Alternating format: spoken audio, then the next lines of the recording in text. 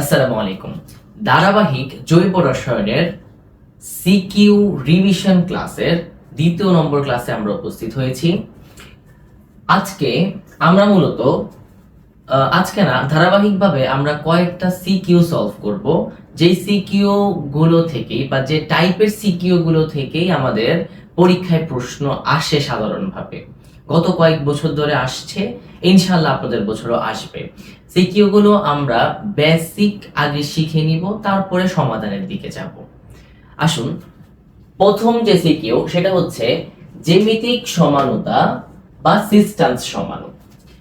এখানে দেখেন প্রশ্নটা কি বলেছে, আগে আমরা একটু প্রশ্নটা বোঝার চেষ্টা করি। প্রশ্নটা দেখেন বলেছে কি CH3CHBr। আচ্ছা, গত ক্লাসে আমরা বলেছিলাম এখানে কার্বন 1 2 3 4 চারটা কার্বন থাকলে সেটা বিউট টাইপের নাম হয়, মানে বিউটিন, বিউটেন, বিউটাইন এই টাইপের নাম হয়। আর এখানে হচ্ছে পটাশিয়াম হাইড্রোক্সাইড অ্যালকোহলীয়, এটা তো নিশ্চয়ই আপনারা নাম জানেন, KOH মানে পটাশিয়াম হাইড্রোক্সাইড, যেটা অ্যালকোহলীয়। এখান থেকে 80% A এবং 20% B যৌগ উৎপন্ন হয়েছে। আচ্ছা, প্রথমে আমরা একটা জিনিস সম্পর্কে জেনে আসি, সেটা হচ্ছে অপসারণ বিক্রিয়া। এই বিক্রিয়াটা আপনারা হয়তোবা যারা জৈব রসায়ন একবার হলেও পড়েছেন তারা হয়তোবা জানেন যে এটা হচ্ছে সাইজেফের নীতির বিক্রিয়া। তাও অসুবিধা নেই, আমরা আগে অপসারণ বিক্রিয়াটা দেখে নিই। আসেন, প্রথমে আমরা দেখব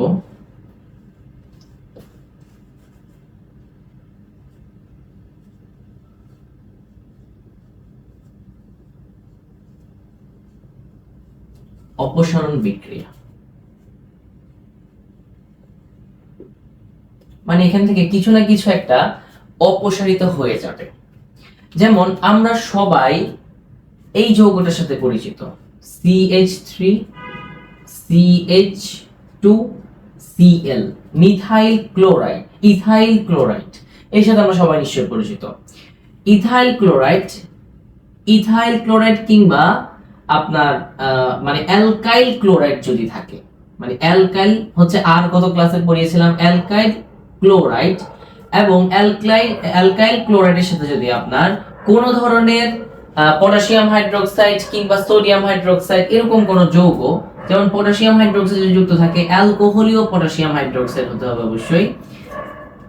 অ্যালকাইল ক্লোরাইড মানে এখানে আমরা ইথাইল ক্লোরাইড দিয়েছি, অ্যালকাইল ক্লোরাইডের সাথে যদি আমরা পটাশিয়াম হাইড্রোক্সাইড অ্যালকোহলীয়, অবশ্যই অ্যালকোহলীয় হতে হবে, জলীয় হলে কিন্তু হবে না, মানে অ্যাকোয়াস AQ মানে হচ্ছে জলীয় হলে হবে না, এটা হতে হবে অবশ্যই অ্যালকোহলীয়, মানে ALC মানে অ্যালকোহলীয়। তাহলে অ্যালকোহলীয় পটাশিয়াম হাইড্রোক্সাইড যদি যুক্ত হয়, এর ফলে আমরা কি উৎপাদ পাই একটু দেখি। দেখেন এখানে যদি আমরা এই বিক্রিয়াটাকে, এই যৌগটাকে একটু যদি আমরা ভেঙে লিখি তাহলে কি পাই দেখেন, CH3 না, CH2 লিখলাম, একটা হাইড্রোজেনকে আমরা একটু নিচে লিখলাম। এরপর এখান থেকে দেখেন CH2Cl, তাহলে CH2Cl টা এখানে বন্ড আকারে আছে কার্বনের সাথে, তাহলে এখানে নিচে আর কি লিখলাম বন্ড আকারে কার্বনের সাথে। এখন এখানে এটা হচ্ছে একটা অপসারণ বিক্রিয়া। অপসারণ বিক্রিয়া থেকে আমাদের হাইড্রোজেন এবং ক্লোরিন অপসারিত হয়। কেন ক্লোরিন অপসারিত হয় একটু খেয়াল রাখেন। যে যৌগে হ্যালাইড মূলকটি থাকবে, যেই কার্বনে হ্যালাইড মূলকটি থাকবে, যেমন এখানে সি কার্বনে হ্যালাইড মূলকটি আছে এই কার্বনটাতে, সেই কার্বনটাকে বলা হবে আলফা কার্বন, এবং তার পাশে মানে আলফা কার্বনের সাথে যুক্ত কার্বনগুলোকে বলা হবে বিটা কার্বন। যেই কার্বনে হ্যালাইড মূলক থাকবে তাকে বলা হবে আলফা কার্বন, এবং আলফা কার্বনের সাথে থাকা কার্বনকে বলা হবে বিটা কার্বন। তাহলে এই ক্ষেত্রে দেখেন এটা হচ্ছে আমাদের আলফা কার্বন, এটা আলফা, এটা বিটা। মনে রাখবেন অপসারণ বিক্রিয়ায় আলফা কার্বন থেকে হ্যালাইড মূলক এবং বিটা কার্বন থেকে একটি হাইড্রোজেন অপসারিত হয়। কি বললাম? আলফা কার্বন থেকে হ্যালাইড মূলকটি এবং বিটা কার্বন থেকে হাইড্রোজেন অপসারিত হয়। এখন অপসারিত হয়ে তারা কই যায়? আচ্ছা, অপসারিত হয়ে কি উৎপন্ন হয় আগে সেটা একটু দেখিয়ে ফেলি। দেখেন এখানে হাইড্রোজেন যদি চলে যায়, ক্লোরিন যদি চলে যায়, তাহলে এখানে কি দুইটা হাত ফাঁকা থাকবে না? এই হাত আর এই হাতটা ফাঁকা হয়ে যাবে না? ওরা চলে গেলে এটা তো আর কাকে ধরবে? ফাঁকা হয়ে যাবে। এখন এই দুইটা সিগমা বন্ড ফাঁকা হয়ে গেলে এখানে একটা নতুন বন্ধনের সৃষ্টি হয়, যেটা হচ্ছে পাই বন্ড। তাহলে এর ফলে যে আমরা উৎপাদ পাই সেটা হচ্ছে CH2 ডাবল বন্ড CH2, যার নাম হচ্ছে ইথিন। অ্যালকিন না, একটা দ্বিবন্ধন থাকলে অ্যালকিন, এটা দুইটা কার্বন মানে ইথেন বা ইথ টাইপের নাম হবে, তাহলে এটা হচ্ছে ইথিন। ইথিন উৎপন্ন হয় এবং এটা হচ্ছে আমাদের মূল উৎপাদ। এখন দেখেন এখানে কি পটাশিয়াম হাইড্রোক্সাইড না, এটা কি K+ আর OH- উৎপন্ন হতে পারে না অসম ভাঙনের কারণে। এখন H আর এখানে OH মানে H টা এই OH টাকে নিয়ে ভেঙে যায়, ভেঙে গিয়ে H2O উৎপন্ন করে এবং এই ক্লোরিনটা এই পটাশিয়ামকে নিয়ে ভেঙে যায়, এখানে উৎপন্ন হয় পটাশিয়াম ক্লোরাইড। তাহলে এখান থেকে আমরা কি পাবো? একটা পটাশিয়াম ক্লোরাইড পাবো এবং একটা H2O মূলক পাবো। আশা করি অপসারণ বিক্রিয়াটা আপনারা বুঝতে পেরেছেন। অপসারণ বিক্রিয়ায় একজন বিজ্ঞানী আছে যার নাম সাইজেফ, উনি একটা বিক্রিয়া দিয়েছেন। দেখেন এই বিক্রিয়ার সাথে এই বিক্রিয়ার আপনারা একটা মিল দেখেন। এটা একটা অ্যালকাইল হ্যালাইড মানে ইথাইল হ্যালাইড, এটাকে প্রথমটা তো অ্যালকাইল, ইথাইল কোথা থেকে আসছে? অ্যালকাইল থেকে ইথাইল এসেছে। তাহলে ইথাইল ক্লোরাইড কিংবা অ্যালকাইল ক্লোরাইড। এটাও দেখেন একটা অ্যালকাইল ব্রোমাইড, এটা একটা অ্যালকাইল হ্যালাইড না? ব্রোমিন একটা হ্যালোজেন, তাহলে এটা একটা alkyl halide. CH3 CH CH2 CH3 এটা একটা অ্যালকাইল, এখানে ব্রোমিন থাকাতে এটা একটা অ্যালকাইল হ্যালাইড হয়ে গেল না? বুঝতে পেরেছেন? ব্রোমিন একটা হ্যালোজেন মূলক হ্যালাইড আর এখানে একটা অ্যালকাইল মূলক যুক্ত আছে যেখানে একটা হাইড্রোজেন নাই। দেখেন এখানে হাইড্রোজেন দুইটা থাকার কথা, মানে CH3 CH2 CH2 CH3 এরকম থাকার কথা। তাহলে অ্যালকিন হতো, অ্যালকিনের থেকে একটা হাইড্রোজেন চলে গেলে তাহলে সেটা হয়ে যায় অ্যালকাইল। যেমন এখানে CH2 হওয়ার কথা, একটা হাইড্রোজেন চলে গেছে, চলে গিয়ে ব্রোমিন উৎপন্ন হয়েছে। তাহলে এটা অ্যালকাইল হ্যালাইড যার নাম হচ্ছে বিউটাইল ব্রোমাইড। বুঝতে পেরেছেন? এখন দেখেন বিউটাইল ব্রোমাইড, তাহলে এটা অ্যালকাইল হ্যালাইড এটার মতো হইলো।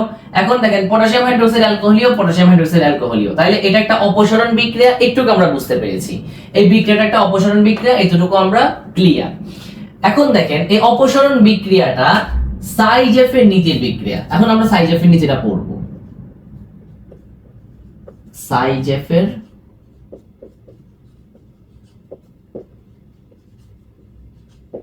নীতির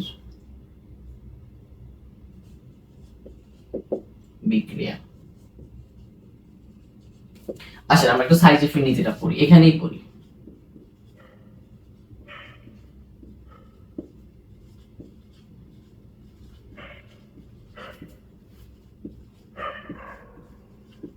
দেখেন সাইজেফের নীতিটা হলো, আচ্ছা সাইজেফের নীতি আসলে আসলো কেন?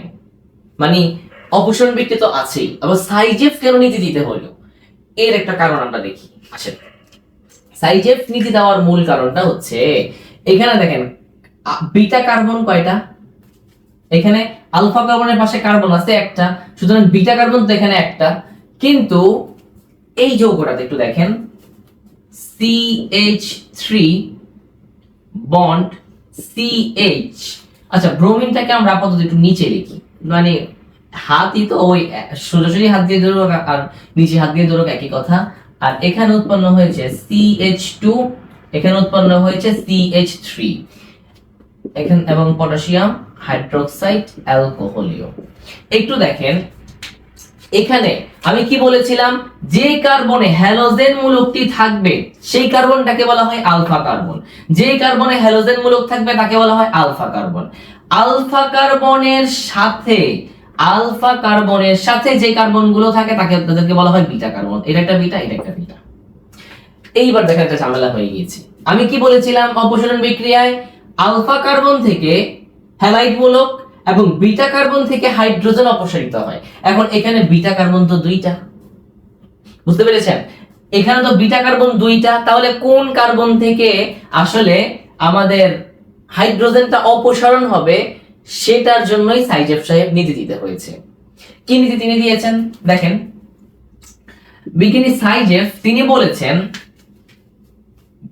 আলফা কার্বনের সাথে থাকা বিটা কার্বনগুলোর, মানে আলফা কার্বন থেকে হ্যালাইড মূলক এবং বিটা কার্বনের মধ্যে যেটার হাইড্রোজেন সংখ্যা কম, লিখছি দেখেন আলফা কার্বন থেকে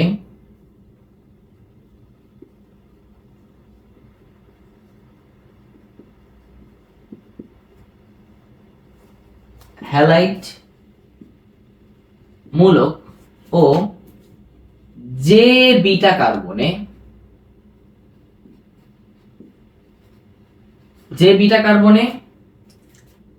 কম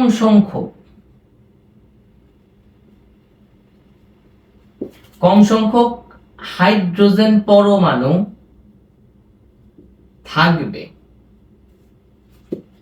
সেখান থেকে, মানে যার মাথায় তেল নাই তার থেকে আরো তেল তুলে নাও, এই টাইপের আর কি ব্যাপার।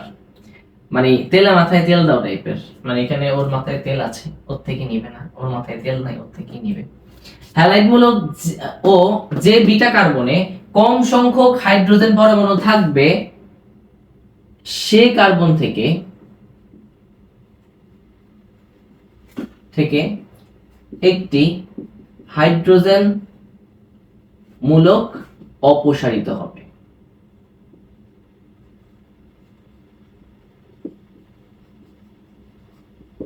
আশা করি বুঝতে পেরেছেন। এখন দেখেন তাহলে বিক্রিয়াটা আসলে কেমন হবে। তাহলে এখানে অবস্থাটা কি, যার মাথায় তেল আছে তারই তেল দিতেছে। একটু এই বিক্রিয়াটা আমি নিচে আর কি এটার উৎপাদ অংশটা লিখতেছি। এখন দেখেন কি বললো, আলফা কার্বন থেকে হ্যালাইড মূলক, মানে এখান থেকে হ্যালাইড মূলকটা চলে যাবে, আর যে বিটা কার্বনে কম সংখ্যক হাইড্রোজেন আছে, এখন দেখেন এখানে এই বিটা কার্বনে 3টা হাইড্রোজেন, এই বিটা কার্বনে 2টা হাইড্রোজেন, তাহলে 2টা হাইড্রোজেন থেকে একটা হাইড্রোজেন চলে যাবে। বুঝতে পেরেছেন? 2টা হাইড্রোজেন থেকে একটা হাইড্রোজেন চলে যাবে। তাহলে এখানে 2টা হাইড্রোজেন না, এটাকে কি আমরা এভাবে লিখতে পারবো যে একটা হাইড্রোজেন এখানে আছে, একটা হাইড্রোজেনকে আমরা নিচে লিখলাম। তাহলে এই দুইটা আসলে বেশিরভাগ ক্ষেত্রে অপসারিত হয়, এই দুইটা, এই ব্রোমিন আর হাইড্রোজেন বেশিরভাগ ক্ষেত্রে। আর আমাদের এখানে তো 3টা হাইড্রোজেন আছে, এটাকে কি আমরা এভাবে লিখতে পারবো, এখানে 2টা হাইড্রোজেন দিলাম, এই একটা হাত দিয়ে এই নিচে একটা হাইড্রোজেন, এই দেখেন হাইড্রোজেন তো 3টা হইলই। এখন এই 2টা হাইড্রোজেন অপসারিত হয় বেশিরভাগ ক্ষেত্রে, কত সংখ্যক ক্ষেত্রে, 80% ক্ষেত্রে। আর এই 2টা হাইড্রোজেন অপসারিত হয় 20% ক্ষেত্রে। তাহলে এখান থেকে আমরা কি পাই, এই হাইড্রোজেন আর এই হাইড্রোজেন যদি অপসারিত হয়, এই দুইটা যদি অপসারিত হয়ে চলে যায়, তাহলে ওর 2টা হাত ফাঁকা, এই 2টা হাত ফাঁকা তো সে রাখতে পারবে না, এই 2টা হাত ফাঁকা না রেখে সে এখানে একটা বন্ধন তৈরি করবে, সেটার নাম হচ্ছে বিটা বন্ধন। এখানে একটা সে নতুন বন্ধন তৈরি করবে যার নাম বিটা, দুঃখিত, তার নাম হচ্ছে পাই বন্ধন। এখানে সে নতুন বন্ধন তৈরি করবে যার নাম হচ্ছে পাই বন্ধন। তাহলে দেখেন প্রথম আমরা উৎপাদটা কি পাবো, CH3, এখান থেকে তো কোনো হাইড্রোজেন অপসারিত হয়নি, ওই যে কার্বনে কম সংখ্যক হাইড্রোজেন আছে সেখান থেকে অপসারিত হয়েছে, CH3 CH double bond CH bond CH3। এটা হচ্ছে আমাদের A যৌগ যেটা 80% উৎপন্ন হয়েছে। প্লাস এইবার দেখেন একটু, এইবার বাকি 20%, এটা হচ্ছে এখান থেকে তো B অপসারিত হবেই, আলফা কার্বন থেকে তো বিটা হ্যালাইড মূলক অপসারিত হবে, আর বাকি এখান থেকে একটা অপসারিত হবে, সেটা 20% ক্ষেত্রে, মানে কম ক্ষেত্রে। আর বেশি ক্ষেত্রেই এটাই দেখাবে, মানে যে কম হাইড্রোজেন যেখানে আছে সেখান থেকে হাইড্রোজেন অপসারিত হবে। তাহলে এখান থেকে একটা হাইড্রোজেন চলে গেল, এখান থেকে একটা ব্রোমিন চলে গেল, তাহলে এখানে একটা তার দ্বিবন্ধনের সৃষ্টি হবে। তাহলে এখান থেকে আমরা কি বুঝতে পেরেছি, এখানে উৎপন্ন হবে CH2 double bond CH bond, একটা বন্ড, কিন্তু এটা তো এখান থেকে চলে যাওয়াতে একটা 2টা বন্ড বসেছিল, এখানে তো এটা এখন থাকবে, মানে দ্বিতীয়বারের সময় এখান থেকে তো চলে যাবে, এটা তো তখন থাকবে, তাহলে এখানে একটা বন্ধন তো থাকবে আর কি। তাহলে এখানে হচ্ছে CH বন্ড CH3। তাহলে এটা হচ্ছে আমাদের B যৌগ, যেটা 20% ক্ষেত্রে আমরা দেখতে পাই। বুঝতে পেরেছেন বিক্রিয়াটাই? এইবার আসেন আমরা একটু প্রশ্নটা এবার পড়ি। এখন দেখেন এখানে প্রশ্নে বলেছে কি, A ও B এর মধ্যে কোনটি জ্যামিতিক সমানতা প্রদর্শন করবে, এর মাঝে কোনটি জ্যামিতিক সমানতা প্রদর্শন করবে। তাহলে এখন আমাদের বলতে হবে জ্যামিতিক সমানতা কি জিনিস। এর আগে একটা কাজ করি আমরা, এ এবং বি তো পেয়ে গেছি, আশা করি আপনারা জিনিসটা বুঝেছেন। তাহলে আমরা এ এবং বিটাকে একটু এখানে উঠিয়ে রাখি। তাহলে এই যৌগ কোনটা পেলাম বলেন, CH3 bond CH double bond CH bond CH3, এটা পেয়েছি আমরা এ যৌগ। আর বি যৌগ আমরা কি পেয়েছি, বি যৌগ হিসেবে আমরা পেয়েছি, এটা হচ্ছে আমাদের এ যৌগ, এই যৌগ। আর বি যৌগ হিসেবে পেয়েছি CH2 bond double bond CH bond CH2 হবে এখানে, দুঃখিত এখানে CH2 ছিল।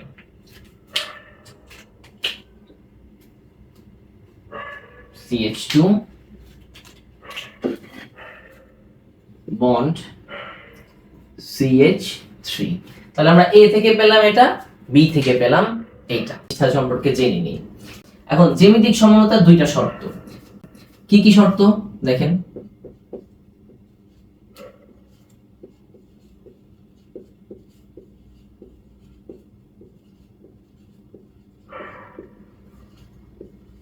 জ্যামিতিক সমানতা এর প্রথম শর্ত 1 নাম্বার হচ্ছে, যদি এ বি কার্বন, একটু আমি বুঝিয়ে দিচ্ছি, একটু দেখেন, carbon double bond carbon AB AB, এটা হবে কখন বুঝিয়ে দিচ্ছি আমি, একটু দেখেন, এটা হবে কিন্তু A not equals to B, এটা এই শর্ত পালন করতে হবে। মানে AB carbon A carbon AB হবে যদি A মানে B এর সমান না হয়। মানে এটা জিনিসটা কি দেখেন, এখানে যে কার্বন আর ব্র্যাকেট দিয়ে AB দিয়েছে, মানে কার্বনের চারটা হাত না, একটা হাতে A কে ধরবে, একটা হাতে B কে ধরবে, দুইটা হাত।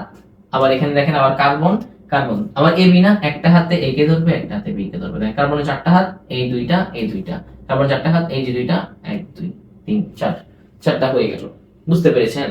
এখন আসেন, এটা একটা শর্ত, আশা করি বুঝতে পেরেছেন। এখন এখানে A আর B সেম হইতে পারবে না, A আর B সেম হইতে পারবে না, বুঝলেন? এবার আসেন 2 নাম্বার শর্ত কি। 2 নাম্বার শর্তটা হচ্ছে সেকেন্ড শর্ত, সেটা হচ্ছে এ বি এর পাশে থাকলো, ধরেন সেম সেম নাও তো হতে পারে, যদি সেম সেম না হয়, ধরেন বি আর ডি আসলো, মানে এখানে এ বি এখানে বি ডি, বি ডি হবে কখন হবে, যদি A not equals to B এবং A not equals to B এবং B not equals to D হয়, তাহলেই এই শর্তটা পালন করতে পারবে। মানে আসলে সহজ বাংলা ভাষায় বলা যায় যে কার্বন মানে কোন কার্বনের এই দোনোটা সেম হতে পারবে না, মানে কার্বনটা এই দুইটা যে যৌগকে ধরবে, এই দুটোটা যৌগ বা মৌল কখনো সেম হতে পারবে না। এই দুটোটা সেম হলে সে জ্যামিতিক সমানতা দিবে না। বুঝতে পেরেছেন? জ্যামিতিক সমানতার দুইটা শর্ত, একটা হচ্ছে যদি এ বি যদি ধরে সে দোনো হাতেই, তাহলে এ আর বি সমান হতে পারবে না, মানে দোনো পাশটা কখনোই সমান হতে পারবে না, এই দুই পাশ সমান হতে পারবে না। এবার আসেন এখানে, এবার একটু আমরা দেখি, আসলে জ্যামিতিক সমানতা বুঝেছেন। এবার এইটা একটু দেখেন, এখানে এ কি বলেছে, এই অংশটাই বলেছে, মানে এখানে লিখবেন অবশ্যই যে এই যৌগে আর কি, মানে আমি যেভাবে লিখছি সেভাবেই অ্যান্সার করবেন। লিখবেন যে এই যৌগে আমরা কি পেয়েছি দেখেন, CH3 bond CH double bond CH bond CH3। এবার একটু দেখেন এখানে কি কার্বন কার্বন ডাবল বন্ড, তাহলে আমরা কার্বন কার্বন ডাবল বন্ড একটু লিখি। এই যে কার্বন কার্বন মানে এই কার্বন আর এই কার্বনটা ডাবল বন্ডে আছে, লিখলাম। এইবার দেখেন এই কার্বনটা দিয়ে খেয়াল করেন, সে কি তার দুইটা হাত দিয়ে পাশের কার্বনকে ধরছে, একটা হাত দিয়ে হাইড্রোজেন, একটা হাত দিয়ে এই যে মিথাইল গ্রুপটাকে ধরছে না, মানে এই কার্বনটা তার একটা হাত দিয়ে হাইড্রোজেন, একটা হাত দিয়ে মিথাইল, আর দুইটা হাত দিয়ে সে পাশের কার্বনটাকে ধরছে। তাহলে এটাকে আমরা লিখতে পারি কিভাবে দেখেন, এই যে এই কার্বনটা তার একটা হাত দিয়ে মিথাইল গ্রুপ আর আরেকটা হাত দিয়ে হাইড্রোজেন গ্রুপকে ধরেছে। আর এই পাশের কার্বনটা তার একটা হাত দিয়ে হাইড্রোজেন আর একটা হাত দিয়ে মিথাইল গ্রুপকে ধরেছে, একটা হাত দিয়ে হাইড্রোজেন আর একটা হাত দিয়ে মিথাইল গ্রুপকে ধরেছে। এইবার দেখেন তো এইটা কি আমাদের এই শর্তটার সাথে যাচ্ছে না? দেখেন এ বি, এই দেখেন এখানে একটা এ, এটাকে আমরা সাপোজ এ ধরে নিলাম, এটা হচ্ছে আমাদের বি। আবার এখানেও দেখেন তো এই যে এই কার্বন এ বি, এই যে এ, এই যে বি, তাহলে A B A B of carbon double bond carbon A B হবে A not equals to B হলে এখানে একটা হাইড্রোজেন একটা হচ্ছে মিথাইল, তোমরা কি সেম? সেম না। তাহলে এখান থেকে আমরা লিখতে পারি যে এ যৌগটি আচ্ছা আরেকটা জিনিস, আপনারা যে গত ক্লাসে আমি পড়িয়েছিলাম নামকরণ, এই যৌগটার নামকরণ কি বলতে পারবেন? একটু কমেন্ট সেকশনে বলেন তো এই যৌগটার নামকরণ কি। আচ্ছা এই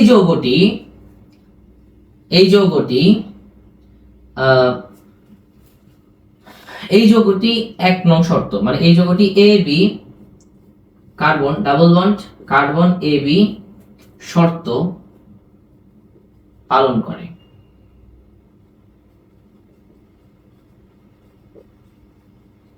করে। সুতরাং এই যৌগটি বা নাম কি বলতে পারছেন?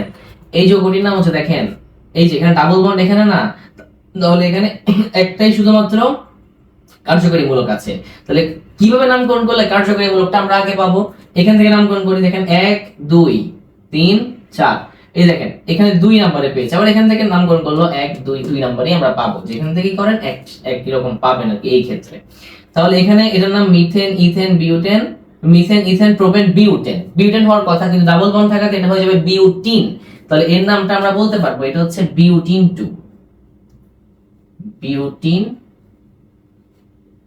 2 এটার নাম। এবার দেখেন মানে এই যৌগটি বা বিউটিন 2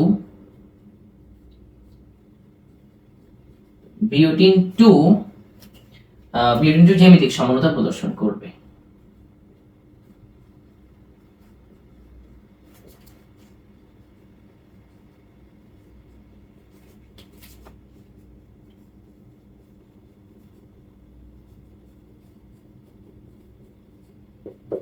আশা করি বুঝতে পেরেছেন। এরপরে আবার দেখেন আমরা বি নাম্বার যৌগটা একটু দেখি।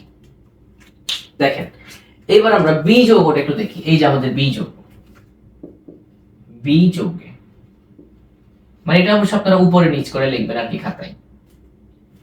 যৌগে বি যৌগ কি আছে দেখেন, CH2 double bond CH bond CH2 bond CH3। এইবার একটু দেখেন এটার নাম কি বলতে পারবেন? এটার নাম হচ্ছে এই যে এই পাশ, আপনি দেখেন এখানে একটাই কার্যকরী মূলক আছে, এই যে ডাবল বন্ড।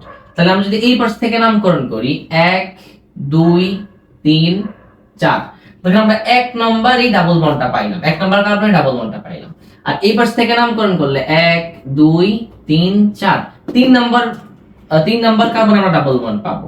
তাহলে আসলে 3 নম্বর কার্বনে ডাবল বন্ড পাওয়ার চাইতে 1 নম্বর কার্বনে ডাবল বন্ড পাওয়াটা বেশি গুরুত্বের বা বেশি অগ্রাধিকার পাবে। তাই আমরা এর নাম বলতে পারি বিউটিন 1, বিউটিন, কারণ এটা অ্যালকিন। তাই এটা যেরকম বিউটিন 2 হইলো 2 নাম্বার কার্বনে পেয়েছি দেখে, এটা 1 নাম্বার কার্বনে পাওয়ায় এটার নাম হবে বিউটিন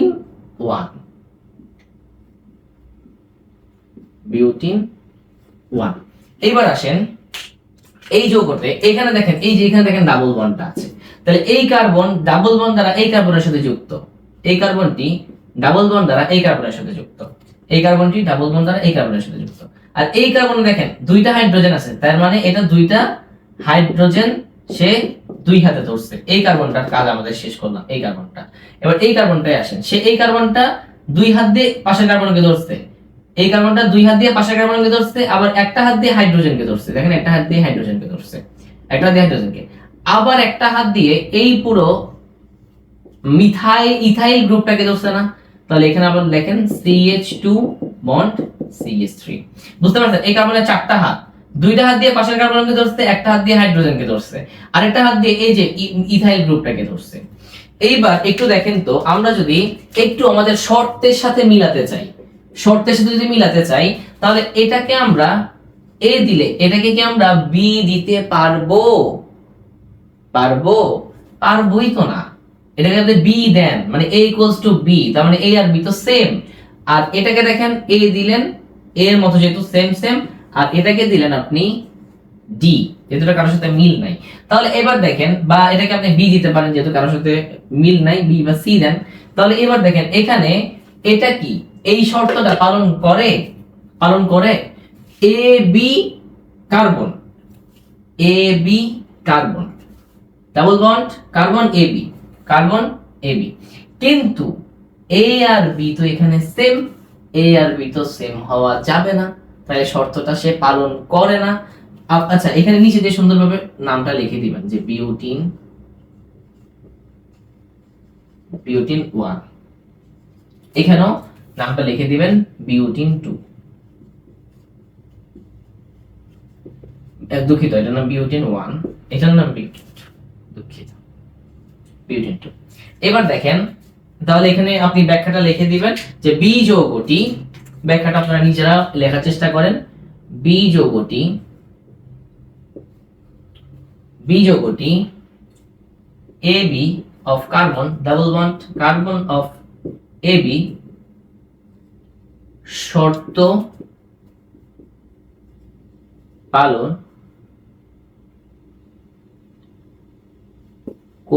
পালন করেনি, পালন করেনি। সুতরাং বি যৌগ বা বিউটিন 1 জ্যামিতিক সমানতা প্রদর্শন করে না। আশা করি বুঝতে পেরেছেন। এটাই হচ্ছে আমাদের প্রথম সিকিউ ছিল। এই পর্যায়ে আমরা 2 নাম্বার সিকিউ সেটা সলভ করব। এটা হচ্ছে মার্কোনিকভ নীতিভিত্তিক সিকিউ। আসুন প্রথমে আমরা একটু জেনে নিই মার্কোনিকভ নীতি কি জিনিস। আগে একটু আমরা সেটা জেনে নিই। সেটা হচ্ছে বিকারক, বিকারক যৌগটি, বিকারক মানে যে বিক্রিয়া করে, যেমন এখানে এই বিক্রিয়া বিকারক হচ্ছে HBr মানে হাইড্রোজেন ব্রোমাইড, এটা হচ্ছে বিকারক। বিকারক যৌগটি যদি অপ্রতিসম হয়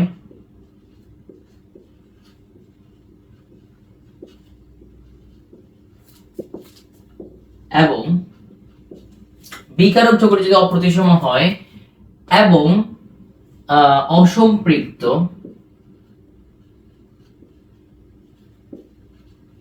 জৈব যৌগটিও, জৈব যৌগটি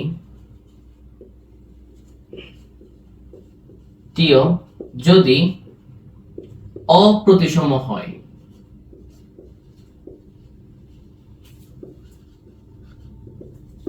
তাহলে তাদের দ্রুত বিক্রিয়ায়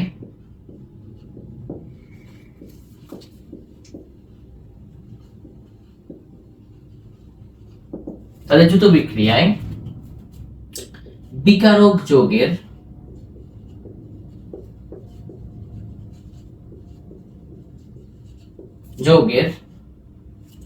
ঋণাত্মক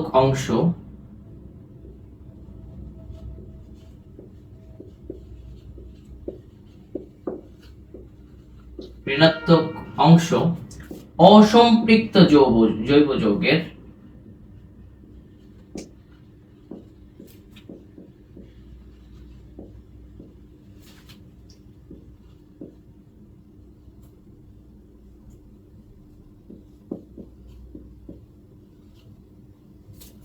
অসম্পৃক্ত জৈব যৌগের যে প্রান্তে জৈব যৌগের যে কার্বনে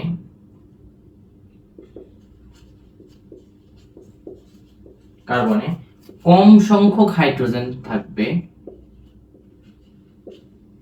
ঋণাত্মক অংশ অসম্পৃক্ত জৈব যৌগের যে কার্বনে কম সংখ্যক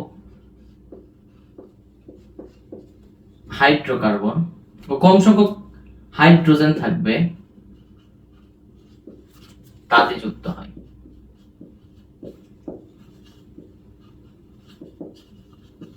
তাতে যুক্ত হবে।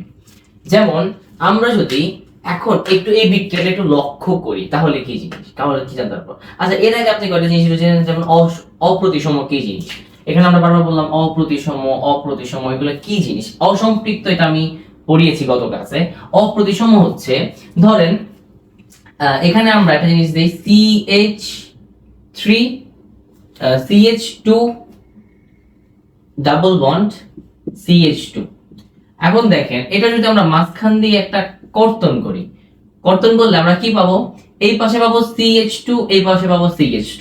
তাহলে CH2 এবং CH2 আমরা পেলাম। তাহলে এই দুটোটা কি সেম সেম না, CH2 CH2। তাহলে অপ্রতিসম অ্যালকিন বা অপ্রতিসম জিনিসটা হচ্ছে, যদি আমরা এটার মাঝখান দিয়ে কর্তন করি, এই দুটোটা যদি সমান সমান হয় তাহলে এটা হবে প্রতিসম। সমান সমান হলে, যেমন এটা সমান সমান CH2 CH2, এটা হবে প্রতিসম। প্রতিসম যদি সমান সমান না হয়, যেমন CH2 ডাবল বন্ড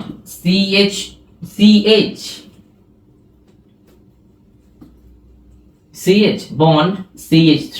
এখন দেখেন এই যে মাঝখান দিয়ে আমরা যদি কর্তন করি, তাহলে এখানে CH3 আর এখানে CH2 পাবো, তাই না? তাহলে এই দুটোটা কি সেম সেম হলো? সেম সেম না, তাহলে এটা হচ্ছে অপ্রতিসম অ্যালকেন। অপ্রতিসম অ্যালকেন। যেমন এখানে যদি আপনি এই যৌগটা দেখেন, এটা একটা অপ্রতিসম অ্যালকেন। কেন দেখেন, CH3 বন্ড CH, এখানে CH2 প্লাস HBr, এই বিক্রিয়াটি আমরা দেখি। যেমন এখানে যদি আমরা এটাকে কর্তন করি মাঝখান দিয়ে, তাহলে এখানে CH2 এখানে CH3 CH, তাহলে বুঝে যাচ্ছে এটা আর এটা সেম সেম না, তাহলে এটা একটা অপ্রতিসম অ্যালকেন। এখন দেখেন এখানে কি বলছে, বিকারক যৌগ, মানে HBr হচ্ছে এখানে বিকারক যৌগ। বিকারক যৌগটি যদি অপ্রতিসম হয়, মানে বিকারক যৌগটা যদি অপ্রতিসম হয়, যেমন হাইড্রোজেন আর ব্রোমিন, এটা যদি অপ্রতিসম হয়, এই যে অপ্রতিসম না, এখানে হাইড্রোজেন এখানে ব্রোমিন, অপ্রতিসম হয়, এবং অসম্পৃক্ত জৈব যৌগটিও যদি অপ্রতিসম হয়, যেমন এটাও অপ্রতিসম, তাহলে তাদের যুত বিক্রিয়ায় বিকারক যৌগের ঋণাত্মক অংশ। এবার দেখেন বিকারক যৌগটা কিভাবে হয়, বিকারক যৌগটা এখানে দুইটা বন্ধন। এখন বিকারক যৌগ অপ্রতিসম মানে হচ্ছে এই দুইটা বন্ধনকে যদি আমাদের ব্রোমিন নিয়ে চলে যায়, তাহলে এখানে হাইড্রোজেন প্লাস আর ব্রোমিন মাইনাস উৎপন্ন হবে, হাইড্রোজেন প্লাস আর ব্রোমিন মাইনাস উৎপন্ন হবে। তাহলে বিকারক যৌগের ঋণাত্মক অংশ, বিকারক যৌগের ঋণাত্মক অংশ মানে ব্রোমিন মাইনাস অসম্পৃক্ত জৈব যৌগের, অসম্পৃক্ত জৈব যৌগ মানে এই জৈব যৌগের যে কার্বনে কম সংখ্যক হাইড্রোজেন থাকবে। যেমন এখানে আমরা দ্বিবন্ধনটা কর্তন করলাম, এখন দেখেন এই একটা কার্বন এবং এই একটা কার্বন, এই দুইটা কার্বনে যেই কার্বনে কম সংখ্যক হাইড্রোজেন থাকবে, তাহলে দেখেন এখানে কম সংখ্যক হাইড্রোজেন আছে, যে কার্বনে কম সংখ্যক হাইড্রোজেন থাকবে সেখানে এই যে বিকারক যৌগের ঋণাত্মক অংশটা যুক্ত হবে। বুঝতে পেরেছেন? এটা হচ্ছে মার্কোনিকভ নীতি বলেছে। আমরা বিক্রিয়াটা একটু পরে সলভ করে ফেলবো। মানে এটা হচ্ছে আপনাদের প্রথমে বেসিক, আমরা কোনো প্রশ্নের অ্যানসারে যাইনি, বেসিকটাকে ক্লিয়ার করে ফেলেন। এরপরে আমাদের একটা জিনিস জানতে হবে, সেটা হচ্ছে কার্বোক্যাটায়ন। এটা একটু আমরা দেখি। কার্বোক্যাটায়ন কিংবা কার্বানায়ন। কার্বোক্যাটায়ন অথবা এটা আরেকটা নাম হচ্ছে কার্বানায়ন।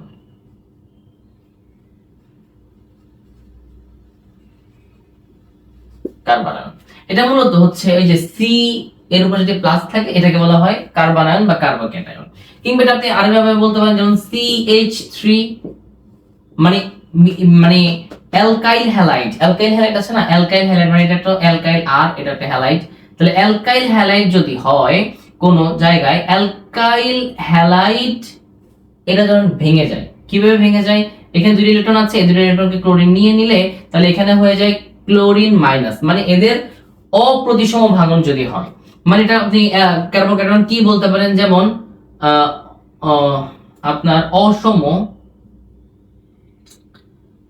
আপনি এটা বলতে পারেন যে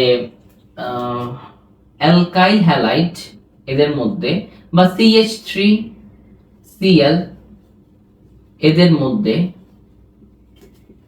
অসম ভাঙনের ফলে অসম ভাঙনের ফলে ধনাত্মক চার্জ যুক্ত যে পরমাণুতে কার্বন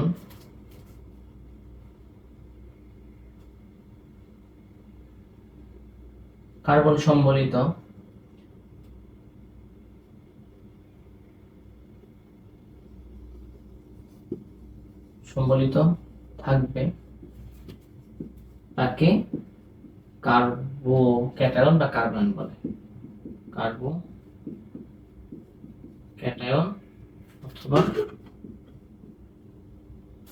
অথবা কার্বনায়ন বলে।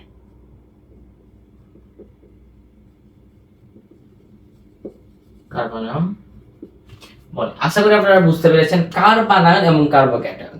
এইবার দেখেন এখানে কার্বনায়ন কি, যেমন এখানে ক্লোরিন উৎপন্ন হয়ে গেল, এখন এখানে থাকলো কি CH3 প্লাস। প্লাস কখন হয়, যেমন দুই ইলেকট্রন চলে গেছে তাহলে এটা প্লাস হয়ে যাবে না। যেমন একটু আগে আমরা দেখেছিলাম, এই দেখেন এখানে দুই ইলেকট্রন চলে গেছে, হাইড্রোজেন প্লাস হয়ে গেছে, তাহলে এখানে এটা হয়ে গেছে একটা কার্বোক্যাটায়ন।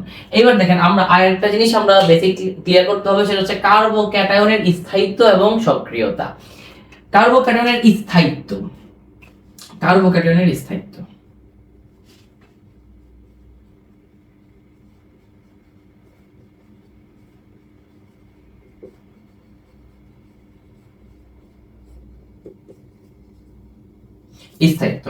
এটা কিরকম হয়, এটা হয় 3 ডিগ্রি কার্বোক্যাটায়ন সব থেকে বেশি স্থায়ী, তারপরে 2 ডিগ্রি, তারপরে 1 ডিগ্রি, তারপর হচ্ছে CH3 প্লাস। এবার একটু দেখি জিনিসটা বুঝি। স্থায়িত্ব মানে হচ্ছে সে বিয়ে করতে চায় না, বুঝতে পারছেন? মানে সে কারোর সাথে বিক্রিয়া করতে চায় না, মানে কারোর সাথে যুক্ত হতে চায় না, মানে সে, আপনি ছোট করে মনে রাখতে পারেন, সে বিয়ে করতে চায় না। আপনাদের মতো না, সে বিয়ে করতে চাচ্ছে না, চায় না। কেমন সেটা? যেমন 3 ডিগ্রি কার্বোক্যাটায়ন কেমন, এটা তো আমরা আগে একটু দেখে আসি। 3 ডিগ্রি কার্বোক্যাটায়ন কেমন, যেমন ধরেন CH, এটা তো কার্বন আছেই, এখন 3 ডিগ্রি কার্বোক্যাটায়ন হতে হবে, এটা তো প্রথমে একটা ক্যাটায়ন, যদি এর 3টা হাত ফাঁকা থাকবে, ক্যাটায়ন তো হয়ে গেল, মানে ওর থেকে একটা ইলেকট্রন তো নিয়ে চলে গেল, তাহলে ও তো আর একটা হাত থাকলো না। এখন তার 3টা হাত যদি 3টা অ্যালকাইল মূলক থাকে, মানে CH3 CH3 CH3, মানে 3টা হাতে 3টা অ্যালকাইল মূলক, তাহলে সেটা একটা 3 ডিগ্রি কার্বোক্যাটায়ন হবে। 3টা হাতে 3টা অ্যালকাইল মূলক থাকলে এটা 3 ডিগ্রি কার্বোক্যাটায়ন হবে। আর যদি 3টা হাতের মাঝে 2টা হাতে অ্যালকাইল মূলক থাকে এবং একটা হাতে হাইড্রোজেন থাকে, তাহলে এটা হবে 2 ডিগ্রি কার্বনায়ন। এই দেখেন 2 ডিগ্রি কার্বনায়ন, এটা হবে এটা হবে 3 ডিগ্রি কার্বনায়ন, এটা হবে 2 ডিগ্রি কার্বনায়ন, কারণ দুইটা অ্যালকাইল মূলক আছে তাই 2 ডিগ্রি কার্বনায়ন। এরপর আসেন 1 ডিগ্রি কার্বনায়ন, মানে হচ্ছে একটা মিথাইল মূলক থাকবে আর হচ্ছে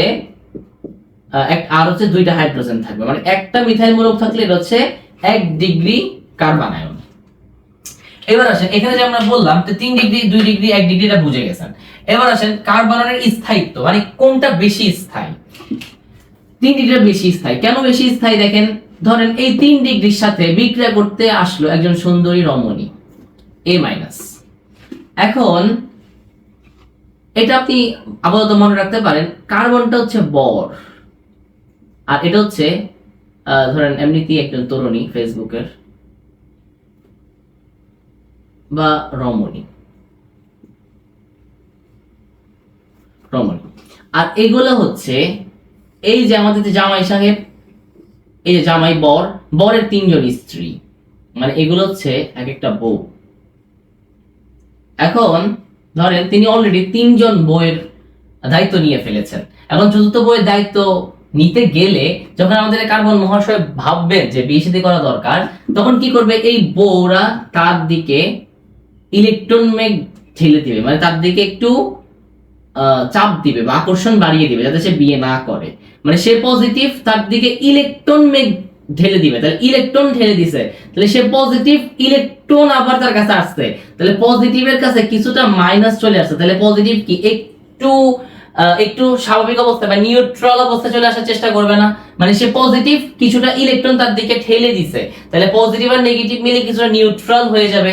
এখানেও সেম, এখানেও কিছুটা ইলেকট্রন ম্যাগ ঠেলে দেয়, আবার এখান থেকেও কিছু ইলেকট্রন ম্যাগ তার দিকে ঠেলে দেয়, তা তিন দিক থেকে ইলেকট্রন ম্যাগ ঠেলে দেওয়াতে সে একদম নিউট্রালের কাছাকাছি চলে যায়, মানে কে সে কারোর সাথে বিক্রিয়া করতে চায় না, কারণ তিনজন বই তাকে একদম ভালো করে প্রেসার দিচ্ছে যাতে সে এই বিয়ে করতে না পারে। তাহলে তিনজন মিলে যদি প্রেসার দেয়, সে আসলে পজিটিভ, তিনজন মিলে ইলেকট্রন দিচ্ছে, ঋণাত্মক চার্জ দিচ্ছে, যাতে সে কারোর সাথে বিক্রিয়া না করে, কারোর সাথে যুক্ত না হয়, তাহলে সে স্থায়ী হবে না, মানে সে বিক্রিয়া করতে পারছে না, তাহলে সে সক্রিয় না, কারোর সাথে বিক্রিয়া করতে পারবে না, তাহলে সে একটা স্থায়ী মূলক। এখন দেখেন 2 ডিগ্রি, এখানে তাকে দুই দিক থেকে, তার দুইটা ওয়াইফ তাকে দুই দিক থেকে চাপ প্রয়োগ করছে যাতে সে বিক্রিয়ায় অংশগ্রহণ না করে, আর এখানে তো মাত্র এক দিক থেকে চাপ প্রয়োগ করতেছে, তাহলে অবশ্যই এখানে আর এখানে সে তুলনামূলকভাবে কম চাপ বা কম প্রেসার অনুভব করবে, বা সে পজিটিভ চার্জটা কম নিউট্রাল হবে। এখানে তিনজন মিলে দিলে নিউট্রাল বেশি হবে, দুজন মিলে দিলে একটু কম হবে, একজন মিলে দিলে আরো কম হবে। আর যদি আপনি দেখেন CH, তিনটা হাতে তিনটা হাইড্রোজেন, তাহলে আসলে সে যখন মন চায় তখনই বিক্রিয়া করতে পারবে, মানে সে যখন মন চায় তখনই বিক্রিয়া করতে পারবে এই যৌগ বা নেগেটিভ কোন চার্জের সাথে। আর যদি কখনো দেখেন এখানে একটা হাইড্রোজেনের বদলে একটা আছে ক্লোরিন, মানে একটা ঋণাত্মক চার্জ আছে, তাইলে সে মহাশয় কি করে, ওর থেকে ইলেকট্রন টেনে নেয়, টেনে নিলে তাকে আরো বেশি সক্রিয় করে ফেলে একে এর সাথে যুক্ত হইতে। বুঝতে পারছেন? তাহলে এখানে 3 ডিগ্রি অ্যালকাইল বেশি স্থায়ী, এরপরে 2 ডিগ্রি, এরপরে 1 ডিগ্রি, এরপরে হচ্ছে 0 ডিগ্রি, এরপরে হচ্ছে যদি হ্যালোজেন মূলক যুক্ত থাকে সেটা। তার মানে আমরা কার্বোক্যাটায়নের স্থায়িত্বটা বুঝে গেছি। এটা হচ্ছে কার্বোক্যাটায়নের স্থায়িত্ব 3 ডিগ্রি বেশি স্থায়ী, 2 ডিগ্রি তারপরে 1 ডিগ্রি তারপরে, এবং যদি স্বাভাবিকভাবে মিথাইল মূলক থাকে বা 0 ডিগ্রি থাকে তাহলে সেটা সবথেকে শেষে স্থায়িত্বের ক্রম অনুযায়ী। আর যদি সক্রিয়তা বলে ঠিক উল্টা, মানে স্থায়িত্ব সক্রিয় হয়ে গেলে তো সে বিক্রিয়া করে ফেললো, সে স্থায়ী হইতে পারলো না, মানে সে যদি বিক্রিয়া করে ফেলে তাহলে তো সে স্থায়ী হতে পারলো না। বুঝতে পেরেছেন? সে যদি বিক্রিয়া করে ফেলে তাহলে তো স্থায়ী হতে পারলো না। বুঝলেন? তাহলে সক্রিয়তার ক্রম 3 ডিগ্রি, 2 ডিগ্রি এবং 1 ডিগ্রি। এইবার তাহলে আসেন আমরা বেসিক ক্লিয়ার করলাম, আমরা মূল অ্যানসারে আসি। দেখেন মূল অ্যানসারে কিভাবে লিখবেন? প্রথমে লিখবেন ধাপ 1, বা প্রথম ধাপ আর কি। এখানে কি হয়, হাইড্রোজেন ব্রোমাইড ভেঙে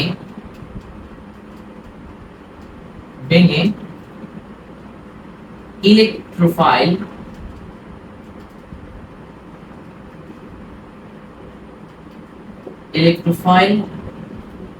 H প্লাস ও Br মাইনাস উৎপন্ন করে, মানে H প্লাস ইলেকট্রোফাইল আর Br মাইনাস উৎপন্ন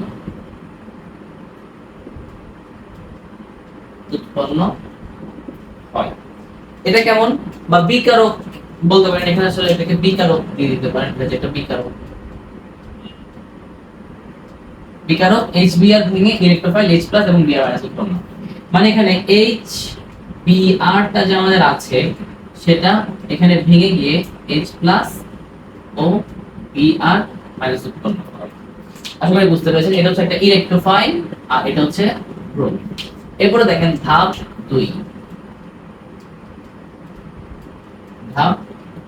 বা 2 নাম্বার ধাপ। এখানে কি হয়, এখানে হয় আমরা যে ইলেকট্রোফাইল H প্লাসটা পেয়েছি, তাহলে আপনি লিখবেন ইলেকট্রোফাইল। ধাপ 2 এ হয় কি, ইলেকট্রোফাইলটা ওই যে এই দুই বন্ধনে যে ইলেকট্রন তাকে আক্রমণ করে, মানে কি হয় আগে সেটা একটু দেখি, তারপরে ওতে ইজি হবে হয়তো। দেখেন হয় কি, এখানে CH3 bond CH double bond CH2 plus এখানে HBr, এখান থেকে দুইটা যৌগ উৎপন্ন হয়, একটা হচ্ছে একটা উৎপন্ন হবে। দেখি প্রথমটা কি উৎপন্ন হয়।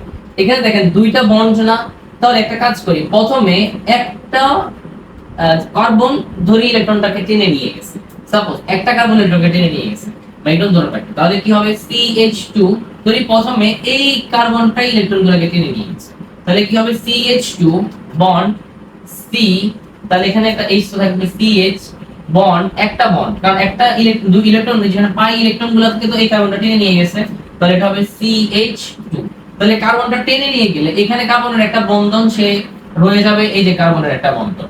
আর এখানে দেখেন CH মানে একটা বন্ধন, এই যে বন্ধনটা না, এই বন্ধনটাকে তো A নিয়ে গেছে, তাহলে এখানে তো ওর একটা ইলেকট্রন শেয়ার করা ছিল, এখানে এই বন্ধন তৈরির ক্ষেত্রে এই কার্বন একটা ইলেকট্রন দিয়েছে, এই কার্বন একটা ইলেকট্রন দিয়েছে, এই কার্বন একটা ইলেকট্রন দিয়েছে, এই কার্বন একটা ইলেকট্রন দিয়েছে, কিন্তু এই বন্ধনটা তো এই কার্বন নিয়ে গেছে, তাহলে এই যে বন্ধনটা এই কার্বনটা নিয়ে গেছে, তাহলে এই কার্বনের তো আর ইলেকট্রনটা রইলো না, ইলেকট্রনটা চলে গেল, তাহলে সে কি পজিটিভ হবে না? সে পজিটিভ হবে, সে কার্বনায়ন হয়ে যাবে। বুঝতে পেরেছেন? মানে ওর যে ইলেকট্রন এখানে ছিল, এই এখানে যে বন্ধনে পাই বন্ধনে, সেটা তো এই কার্বনটা নিয়ে গেছে গা, তাহলে ও কি ইলেকট্রনটা হারিয়ে ফেলেছে, হারিয়ে ফেলে সে কার্বনায়ন C+ উৎপন্ন। বুঝতে পেরেছেন? এরপরে দেখেন আবার সেম ভাবে এইবার ধরি আমরা এই কার্বন এই ইলেকট্রনটাকে এই কার্বনটা নিয়ে গেছে, এই মানে এখানে যে দুইটা ইলেকট্রন ছিল সেটাকে এই পাশের কার্বন নিয়ে গেছে, তাহলে কি উৎপন্ন হবে? CH3 বন্ড CH, এই যে তার একটা বন্ধন বন্ড CH2। এবার দেখেন এই বন্ধনের মাঝে কি এই কার্বনের একটা ইলেকট্রন ছিল, এই বন্ধনের মাঝে এই কার্বনেরও একটা ইলেকট্রন ছিল, সেটা তো এই কার্বনটা নিয়ে গেছে, মানে এখানে যে একটা বন্ধন ছিল সেখানে তো এই কার্বনের একটা ইলেকট্রন ছিল যেটা এই কার্বনটা নিয়ে গেছে, তাহলে একটা ইলেকট্রন হারিয়ে সে কি প্লাস হয়ে যাবে, তাহলে এই কার্বনটা প্লাস বা কার্বনায়ন হয়ে গেছে, এটা কার্বনায়ন হয়ে গেছে। এইবার আসেন, এইবার কি হয়, এখানে দেখেন HBr না, এখানে HBr এর মধ্যে কি বললাম, ইলেকট্রোফাইল H+ মানে HBr এর মধ্যে H+ টা আছে না, বা এটা আছে আপনি HBr না দিয়ে শুধুমাত্র H+, তাহলে ইজি লাগবে যে ইলেকট্রোফাইল H+ এটাকে আক্রমণ করে, মানে ইলেকট্রোফাইল H+, ইলেকট্রোফাইল H+ এই যে এই বন্ধনের মাঝে আক্রমণ করে, আক্রমণ করে সে কোথায় বসে, একটু আগে মার্কনি কপ্রিতিতে পড়েছিলাম, সে কোথায় বসে, H+ টা কোথায় বসে আর Br- টা কোথায় বসে বলেছিলাম, Br- টা বসে যে কার্বনে কম সংখ্যক হাইড্রোজেন থাকে। এখানে দেখেন কোন কার্বনে কম সংখ্যক হাইড্রোজেন, এই যে এখানে একটা এখানে দুইটা, এই কার্বনে কম সংখ্যক হাইড্রোজেন, তাহলে এখানে Br- বসবে। আর H+ কোথায় বসে, অপরটাতে, মানে যেখানে হাত ফাঁকা, যেমন এখানে একটা হাত ফাঁকা, এখানে আমাদের এই যে H+ টা বসে যাবে, এই যে একটা হাইড্রোজেন বসে গেছে, তাহলে এখানে কি উৎপন্ন হবে, CH2 আর একটা CH3 উৎপন্ন হবে, তাহলে এখানে সরাসরি লিখে ফেলতে পারি, এখানে উৎপন্ন হবে CH3।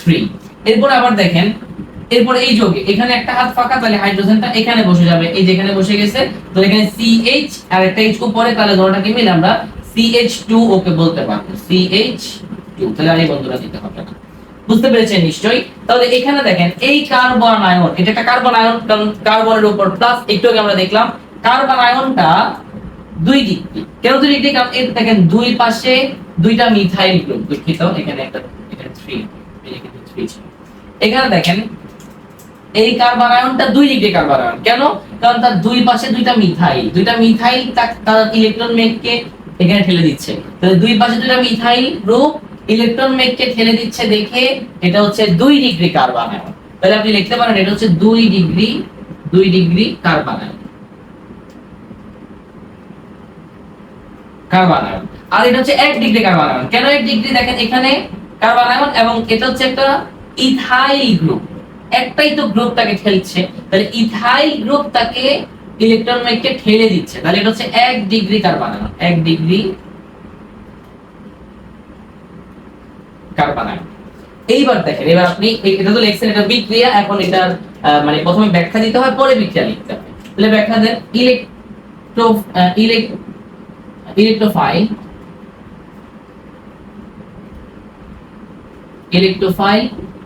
H+,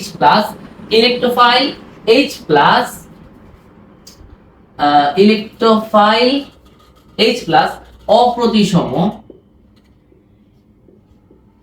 বা অসম্পৃক্ত, দেন তাহলে বেশি সুন্দর হয়,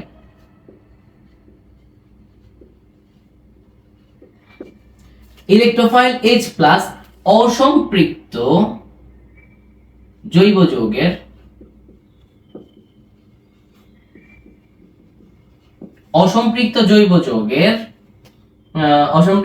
জৈব যৌগের পাই বন্ধনকে আক্রমণ করে বা পাই ইলেকট্রনকে আক্রমণ করে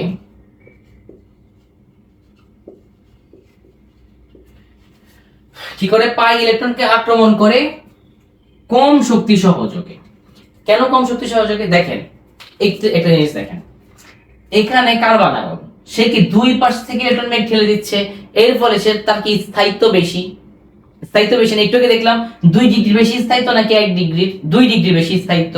তাহলে এখানে দুই দিক থেকে তাকে ইলেকট্রন ঠেলে দিচ্ছে, এর ফলে সে 2 ডিগ্রি অ্যালকাইল মূলকটা স্থায়িত্ব বেশি। আর যে জিনিসের স্থায়িত্ব বেশি সেটা আসলে কম শক্তি সহযোগে হয়। মানে যেমন আবার বেশি কোনগুলো উৎপন্ন হয়, যেগুলো হচ্ছে সাধারণ, মানে কম শক্তি দিয়ে উৎপন্ন করা যায়, খুব ইজিলি পাওয়া যায়। ইজিলি কাদেরকে পাওয়া যায়? আমাদেরকে, খুব সাধারণ মানুষ যারা, তাদেরকে মানে আমাদের মধ্যে যারা খুব সাধারণ তাদেরকেই খুব সহজে পাওয়া যায়। কিন্তু আপনি দেখেন আইনস্টাইন, নিউটন, তারা খুবই রেয়ার কেস না? রেয়ার কেস খুব মানে কষ্টসাধ্য বিষয়, মানে অনেক বেশি সময় দিয়ে এবং শক্তির খরচ করে তাদেরকে পাওয়া যায়। তাহলে এর ফলে আমরা কি বলতে পারবো যে 2 ডিগ্রি কার্বন আয়ন সে কম শক্তি সহযোগে, মানে খুব ইজিলি পাওয়া যায়, আর 1 ডিগ্রি কার্বন আয়ন সে তো ইজিলি পাওয়া যায় না। বুঝতে পারছেন? তাই তাকে পাওয়ার জন্য বেশি শক্তি লাগে, তাই আমরা বলবো কম শক্তি সহযোগে। বুঝতে পেরেছেন নিশ্চয়? মানে এটা সাধারণ জিনিস, মানে 2 ডিগ্রি আসলে এটা তো স্থায়িত্ব বেশি, স্থায়িত্ব বেশি কাজে সাধারণ মানুষের, আর স্থায়িত্ব কম অসাধারণ মানুষের। দেখেন, যে পাই ইলেকট্রনকে আক্রমণ করে কম শক্তি সহযোগে, কম শক্তি সহযোগে 2 ডিগ্রি কার্বন আয়ন বেশি পরিমাণ উৎপন্ন করে।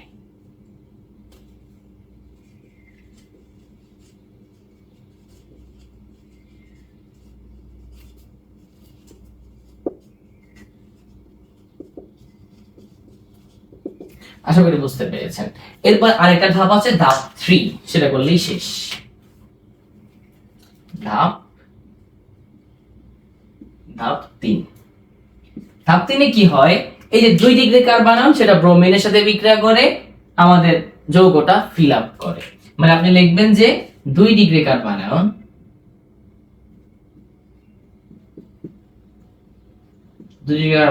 আয়ন Br মাইনাস এর সাথে বিক্রিয়া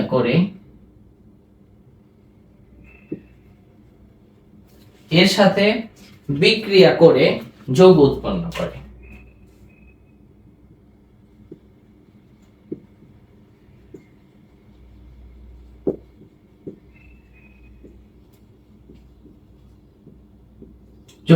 করে। এটা কেমন? যে CH3 bond CH plus CH3, এটা যদি ব্রোমিন মাইনাসের সাথে বিক্রিয়া করে, তাহলে এই ব্রোমিনটা নেগেটিভ, এটা কি পজিটিভের প্রতি আকৃষ্ট হবে, সে তো এখানে যুক্ত হবে এই কার্বনের সাথে। বা ওই যে আমরা মার্কোনি কফি থেকে পড়েছি, যেই কার্বনে কম সংখ্যক হাইড্রোজেন, সেখানে আমাদের বিকারক অণুর নেগেটিভ প্রান্ত যুক্ত হবে। কম সংখ্যক হাইড্রোজেন যেখানে, সেখানে বিকারক অণুর নেগেটিভ প্রান্ত। এখানে দেখেন কম সংখ্যক হাইড্রোজেন, একটা হাইড্রোজেন, তাহলে এখানে এসে বিকারক অণুর নেগেটিভ প্রান্ত যুক্ত হবে। তাহলে এখান থেকে আমরা কি পাবো? আমরা মানে মূল কাঙ্ক্ষিত উৎপাদ কোনটি?